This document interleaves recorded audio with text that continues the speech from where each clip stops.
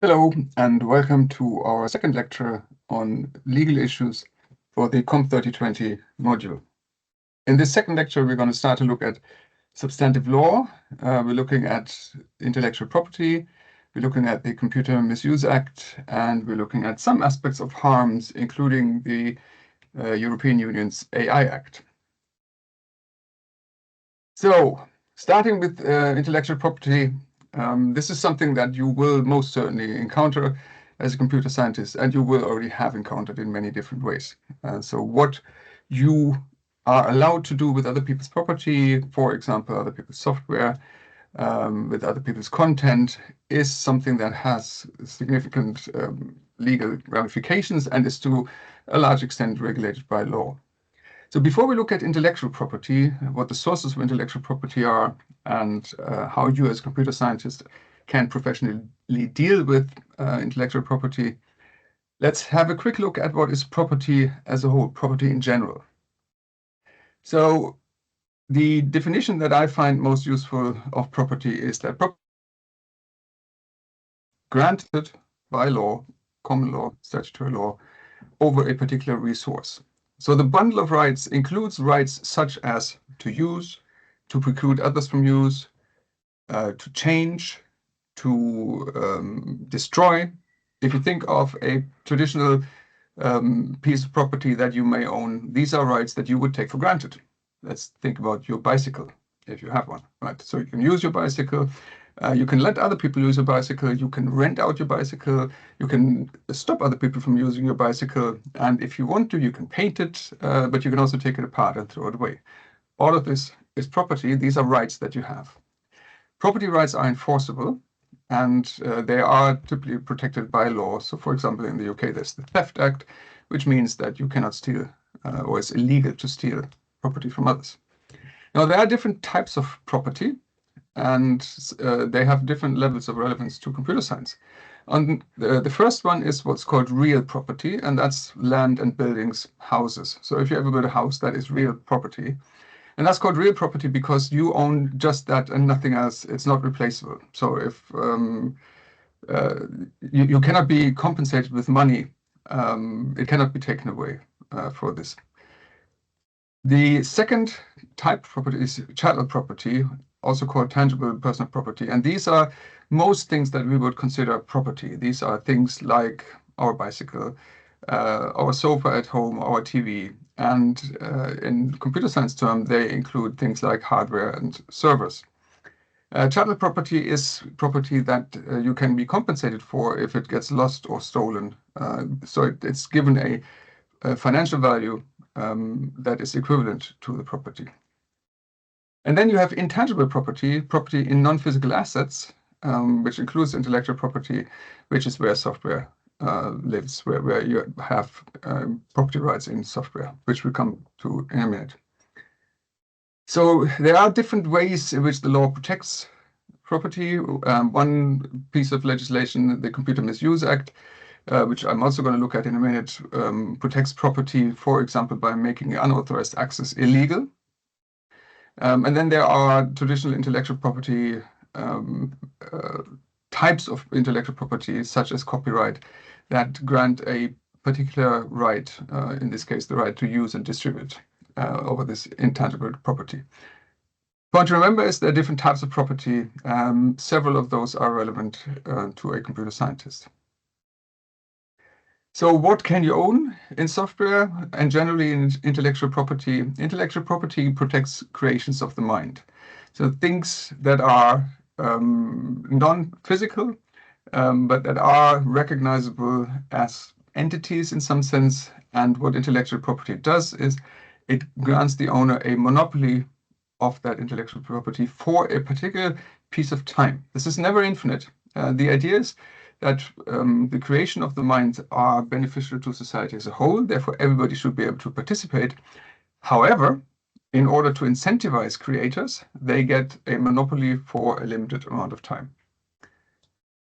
So these are three key aspects of intellectual property of relevance to computer science. The first one is copyright. That's the idea behind copyright is to protect the expression of an idea. It's not the idea itself. It is the way you present it. So if you were, for example, to write the fairy tale of Hansel and Gretel in your own words, you would retain the copyright, even though the idea itself is well established, everybody knows it, but you have come up with a specific expression of this idea. Right? Copyright is automatically allocated for all intellectual expressions of an idea, and that includes source code, object code, documentation, database structures, and so on in the computer science realm. The duration of copyright at the moment, in most cases, in most jurisdictions, is the life of the author plus 70 years. So if you write something, then you own it, and your children or whoever inherits your estate still has the ownership for another 70 years. That, of course, is subject to contracts. So if you work for a company and you write software for a company, you will typically hand over the copyright to the company. So they will own the copyright. But then the same principle applies for companies. Since they don't die, it tends to be just 70 years from publication.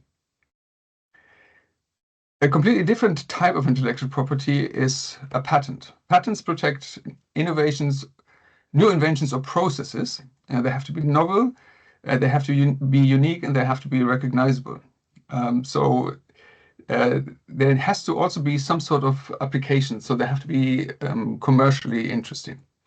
And this might, for example, be an algorithm, a unique way of encrypting. There's been a lot of debate and also a lot of legal disagreement on the degree to which software can be patentable. So this is something that you would have to look at in a particular case.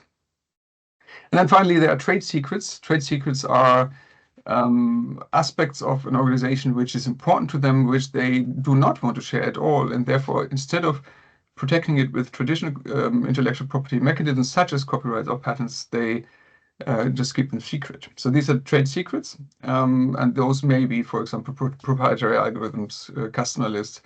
A well-used example of a trade secret is the recipe for Coca-Cola. This Coca-Cola is worth billions of dollars, and Coca-Cola simply never shared how exactly it's made, and they're trying their very best to keep that. Trade secrets can be maintained, must be maintained by being kept secret, and there are various mechanisms of ensuring that, including, for example, non-disclosure agreements. So, what are the issues that you need to think about? You're most likely to infringe copyright. This is something that can happen very easily. And that happens when you copy a substantial part of the work without permission. So this is, if you use text, which is where a lot of copyright is applied to, a rule of thumb would be if you use more than 10% of a text, then that would be copyright infringement. If you change it, so if you use somebody else's output that is copyright protected, and then you do something with it, such as adapt it, that may lead to infringement or may be an infringement. Also, if you distribute copyright work, for example, by illegally sharing software or content, your MP3s or whatever it might be, those are all possible infringements of copyright. One way in which the computer science community has tried to deal with copyright and the idea that sharing ideas is beneficial for society is to use particular types of licenses, and open source licenses, open source software licenses. These you can use, but if you use a piece of software that is linked to a particular license, then you have to comply with this license, which as an individual typically tends to be very unproblematic. If you as a student download a bit of software which is open source, which has copyleft or whatever, then that is perfectly fine for you. It becomes a slightly different story when commercial interests are involved. So if you are using a particular software for a company, then the company will typically want to be very certain that it understands the ramifications. So if you, for example, use a copyleft license, that requires you to make open source and share under the same license everything that you build on the basis of the use of this copyleft license. And that means that a company might be forced to share its intellectual property even though it doesn't want that. So this is really important to check before you use any software, and typically organizations will have a legal department that looks at this. So I think the warning here is don't assume that you can use everything simply because it's there. That was intellectual property, so there are different types of intellectual property, and you need to be aware that they may and will apply to what you're doing, and you need to understand what you are allowed and what you aren't allowed. The second piece of legislation I'm looking at now here is the Computer Misuse Act. This is a pretty old piece of legislation. It's now 35 years old. The idea behind it was to criminalize unauthorized access to computers and computer material. So this is part of criminal law, and therefore, thinking back of the first lecture, this is something that's prosecuted by the state. So if you infringe the Computer Misuse Act, then the police, other law enforcement agencies can come after you. The Computer Misuse Act has 3 core offenses. One, in Section 1, is unauthorized hacking. This is just about gaining access without permission. So if you gain access to a computer system without being allowed to do so, that is already an offense. It's not a terribly big offense, but it is one. And you can be prosecuted for it. The second one in Section 2 is unauthorized access with further intent. So if you hack into a system or if you make use of a system without permission, with the intent to commit something else, another type of offense. And this might be fraud, this might be an IP, intellectual property offense. And then thirdly, there is the offense of unauthorized modification of computer material. So this is when you, for example, install a virus, if you delete data, if you mess with other people's data. These 3 offenses, as you can see, are potentially related to one another. For you as a computer scientist, it's important to realize that Section 1 defines a criminal offense already at a very low level. So even if you just want to look at a system just out of curiosity, you haven't got permission, you access the system, you may well be committing a criminal offense. I'm not saying anything about how likely it is to be prosecuted, but I think you should be aware that that's the case. Because the criminal law has a particular structure, what's important in the Computer Misuse Act is the intent. So for not all, but pretty much all, certainly most crimes, you need 2 conditions to be fulfilled in order for them to be considered crimes. You have to have an activity, a guilty act, that infringes the law, and you have to intend to do so. So the lawyers would call this the mens rea, that's the guilty mind, and the actus reus, which is the guilty act. That's different from, for example, civil law, where intention typically doesn't play a role. So this means that the legal evaluation of your actions depends on your intention. And the example you see here is you have a good reason for testing, for example, a system, look at authorized endpoints, you want to do the reporting, that would seem to be perfectly fine. But if you do possibly the exact same activity, but you do this because you wanted to just check how it goes, you want to see whether it's easy to get in, then all of a sudden you may already infringe Section 1. Or if you want to make any changes in the system, it may even be a Section 3 offense. So keeping in mind is it's important for you to be clear on why you're doing stuff and be able to justify what you're doing with good reasons. So if you do, or if your professional duty is, well, your professional duty is to act honestly, and that means you need to understand the legal boundaries and stay within them. So Computer Misuse Act was the second piece of legislation. The third one, which I included because it's very high profile and it's discussed at the moment, and it may very well be relevant to you if you work in some sort of social media platform or so. This is about protecting individuals in the online world. So it's about legal duties on platforms, and those would be the social media platforms, but there may be other types of platforms that host user-generated content content and make sure that they look after the individuals who make use of their systems. So these platforms have a duty of care, and that means they have to protect the users from content that's illegal or harmful. And what counts as harmful, for example, may be contentious, but the platforms have to be aware of this. So this is generally about protecting users, but in particular, it's about protecting children. That means if you work for such a platform, if you work for Google, Facebooks, or whatever it is of this world, you need to make sure that the tools you're building that are such that they fulfill this duty. So they need to be written in a way that the duty of care is addressed. This means that you need to demonstrate your compliance, including in the technical development. So for example, you need to do a risk assessment. At the moment, big topic is age verification. This is now coming to force where a lot of online platforms now require age verification where they have content that's deemed to be inappropriate for children. And you need to have a way of realizing or implementing age verification in a reasonable manner. We have a regulator, Ofcom, that is responsible for enforcing the act and that can give fines for failure to comply. If you're interested in the Online Safety Act, and I think you should be interested in this Online Safety Act, there's a link to the government's view on it, and there's also a YouTube video which I think is quite accessible, which gives the general principles. The Online Safety Act is a UK piece of legislation, and this slide is meant to show you that this is not just a UK issue, topic, or question, but it is something that internationally is being pushed.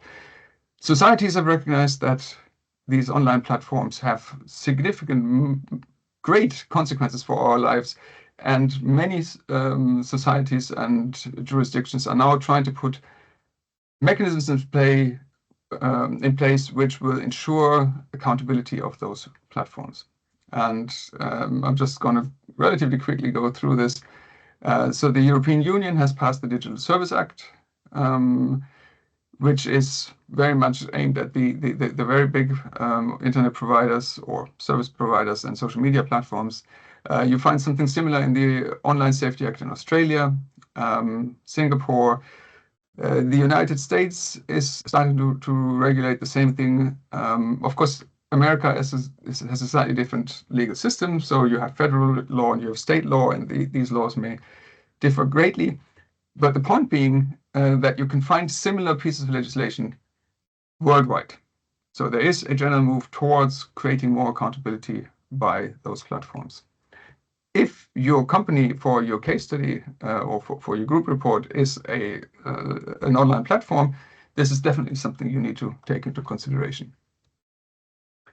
And I thought it's worth mentioning the EU AI Act. Now, with the UK having left the EU, and this has just been implemented in 2024, this is not applicable legislation in the UK. However, it is something of relevance to, I think, pretty much everybody who works anywhere in the area of AI, because it will apply if you want to export to the European Union, if you want to import from the European Union. And it's very likely to set a de facto global standard on what you can and cannot do. So the way that the EU AI Act deals with artificial intelligence systems is through a risk approach. And it defines 4 risk categories. And depending on the risk category that your system falls into, you have different types of duties. There is the top level, which is called unacceptable risk. So these are things which the EU says must not happen at all. And AI systems that create unacceptable risks are simply forbidden. So these are systems that create a threat to safety, rights, or freedoms in a significant way, that manipulate behavior, exploit vulnerable people and children, and so on. Then there are high-risk systems. So that's the second tier of risk. These are used in critical sectors such as healthcare, law enforcement, infrastructure. And where such systems are, so it's mostly about the application. It's not so much about the algorithms in the back. It is more what's it used for. And if you want to use AI in one of these areas, you have to have certain mechanisms in place to ensure that you manage the risk. So you need a risk management system. You need to check through your data sets. You need to make sure that the system is reliable, is traceable, transparent, accountable, and there must be human oversight. So there must be somebody who can stop the whole thing. Below that, we have limited risk. These are AI systems like chatbots or virtual assistants. They are still need to require or need to display transparency. And of course, in many cases, it will be very difficult to clearly distinguish between a high risk and a limited risk application, which leads the European Union to suggest to anybody who wants to use a limited risk AI system that they should follow good practice, even as if it were a high risk one. So they should have risk management, they should have transparency, accountability, and so on. And then we have minimal risk. These require no further scrutiny. These are things like AI for spam filtering. So these are things where the assumption is there will be no significant impact on human beings.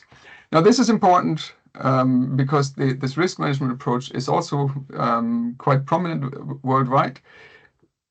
In America, for example, there's the NIST approach, which so that's the National Institute for Science and Technology, I think. And they have a similar approach in the sense that they want to assess the risk of a system before they allow you to use it. So this is a graphical representation of the risk levels that the European Union has enacted through the EU AI Act. So you see the unacceptable high risk, limited risk, and minimal risk. And on the right, you see some examples of such risks. So anything that's social scoring, which, for example, is used in China, is deemed to be unacceptable in the EU. High risk is about particular application areas, for example, education, employment, justice, law enforcement, and so on. Then we have limited risks. These may be chatbots, emotion recognition systems, and then finally we have the minimal risk, such as spam filters or video games. So as I said earlier, this is important for you to know, even though it's not valid law in the UK. But if you work for an organization that trades with the EU, this may well be applicable to you. And as I said, I think it will set a global standard of what we assume and how we, i.e. different countries, work with different AIs. What happens if you infringe it? So the EU AI Act is endowed with significant sanction options. So if you are in a company that uses an AI system that infringes Article 5, so that's the high risk category, fines can go up to 35 million euros or 7% of the worldwide turnover for the financial year, whichever is higher, right? So if you are Facebook or Google and you have hundreds of billions turnover, then 7% of that may end up in many billions. Right? So the EU has given this significant teeth, and you want to be very certain that you don't infringe the EU AI Act if you work in a way that is where it applies. So this was just to give you an indication of some key bits of legislation that you're likely to encounter, and those I would expect you also to look at in your group report. So do any of those apply to your company, to your case study? And if so, what do you need to do about them? What aspects of it are particularly relevant, and how can you mitigate them? Thank you for your attention for the second lecture, and the third lecture will be on the topic of data protection.